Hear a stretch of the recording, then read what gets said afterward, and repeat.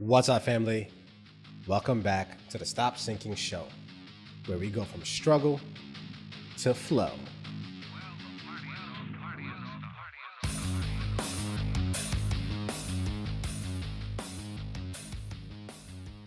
What makes someone a decisive person and another person one who needs to take his time to decide? As a salesperson my whole life, I've encountered the entire spectrum of decision makers. There are those who need every bit of information before they can make a decision. They need to think it over, sleep on it, discuss it with their spouse, talk with their partner, and still need another push before making the decision. And there are those who make quick, fast, and dirty decisions. They just need to feel it, and they do it, and figure it out as they go. Ready, fire, aim. As a salesperson, you handle each of these personalities differently. And depending on the salesperson's own personality, unless they're able to read the room and flex their understanding and approach, most of the time, the clients a salesperson will attract will have a similar personality as them. We sell how we buy usually. So if you need all the technical details behind something before you buy, the people who end up buying from you will find comfort and familiarity in your technical expertise and detail orientation. That's why there isn't a right way to sell anything, because there's always a bunch of people in the marketplace that will match your style, but there's definitely a right way to sell to that particular person in front of you. And when dealing with various personalities, you want to be able to read and then sell in the way that brings the client into the place and mental space where they feel most safe and comfortable to make decisions. But this conversation isn't about sales. It's about decisions.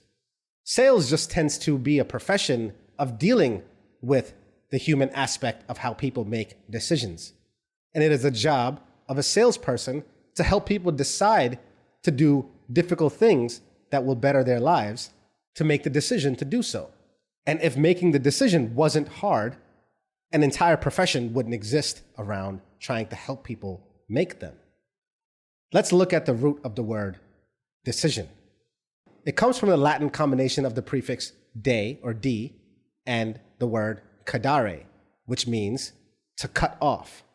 And decisions are difficult because essentially they cut off other possibilities.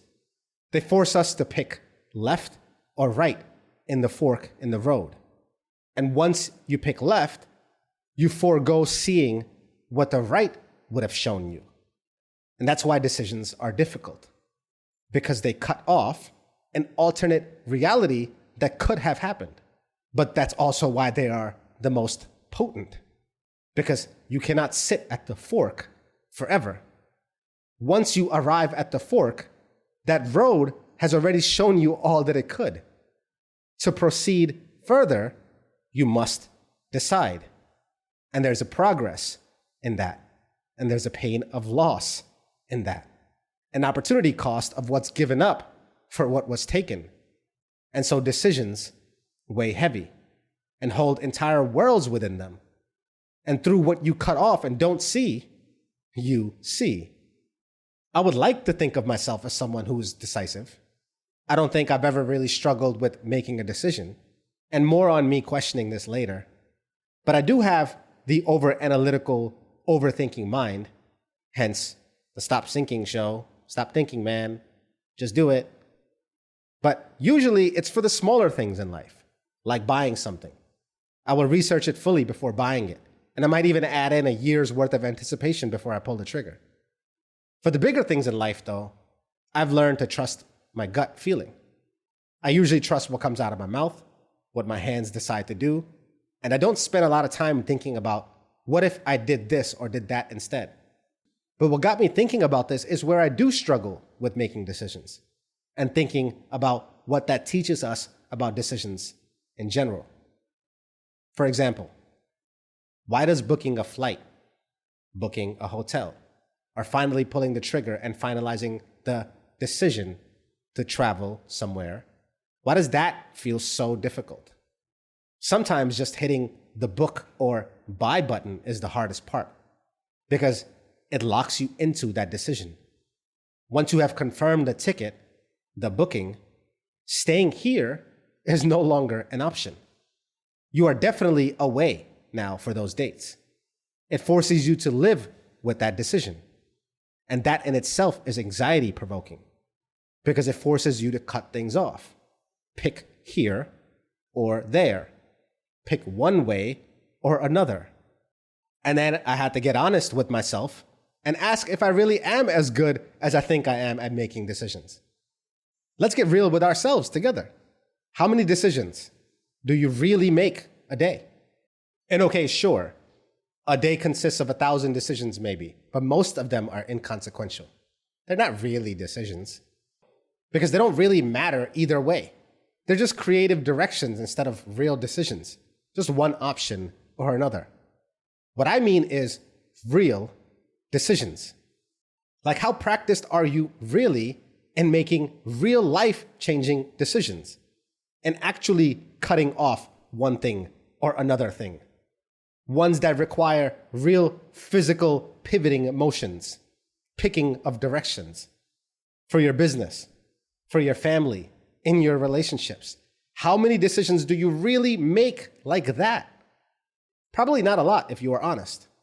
And it struck me that maybe this has a lot to do with why most of us live the same lives over and over again, and we live the same day over and over again for years at a time, until we make one real decision and then switch jobs, careers, switch relationships, switch where we live, and then repeat that for another couple years before we make any real decisions again. And while I can't call it causation, I can't help but wonder how that correlates to how much growth we do or do not experience. Because growth literally comes from new. It comes from stretching beyond. It comes from cutting off what once was, leaving behind what is, to walk into an unknown direction. And so if you aren't making decisions more often, you are growing slower. Our lack of practice in making decisions is rooted in the fear of missing out. What if we make the wrong decision and create a version of reality that is worse than what could have been if we just took the other route? And in the indecision, we fool ourselves to think that we are keeping every option open. And maybe with more information, we will eventually pick the right one for us. But the harsh reality is that indecision doesn't preserve options, is that doors close by themselves. It's like each door has a countdown timer above it. Pick this door or that door, or between all the doors, but this door goes poof within this amount of time. And so no matter how much you desperately try and preserve, you cannot keep every option open forever. Indecision ends up killing more alternative realities than any decision would have in the first place. But by then, the decisions were made for you. You let go of your own agency, your own ability to walk through that door. And time decided, life decided for you. And so while you can decide, ask yourself, what stays and what gets cut off? The stress of making the decision won't go away, but the life that you could have lived will. I love you, family. Stay true always. I'll see you on the next show.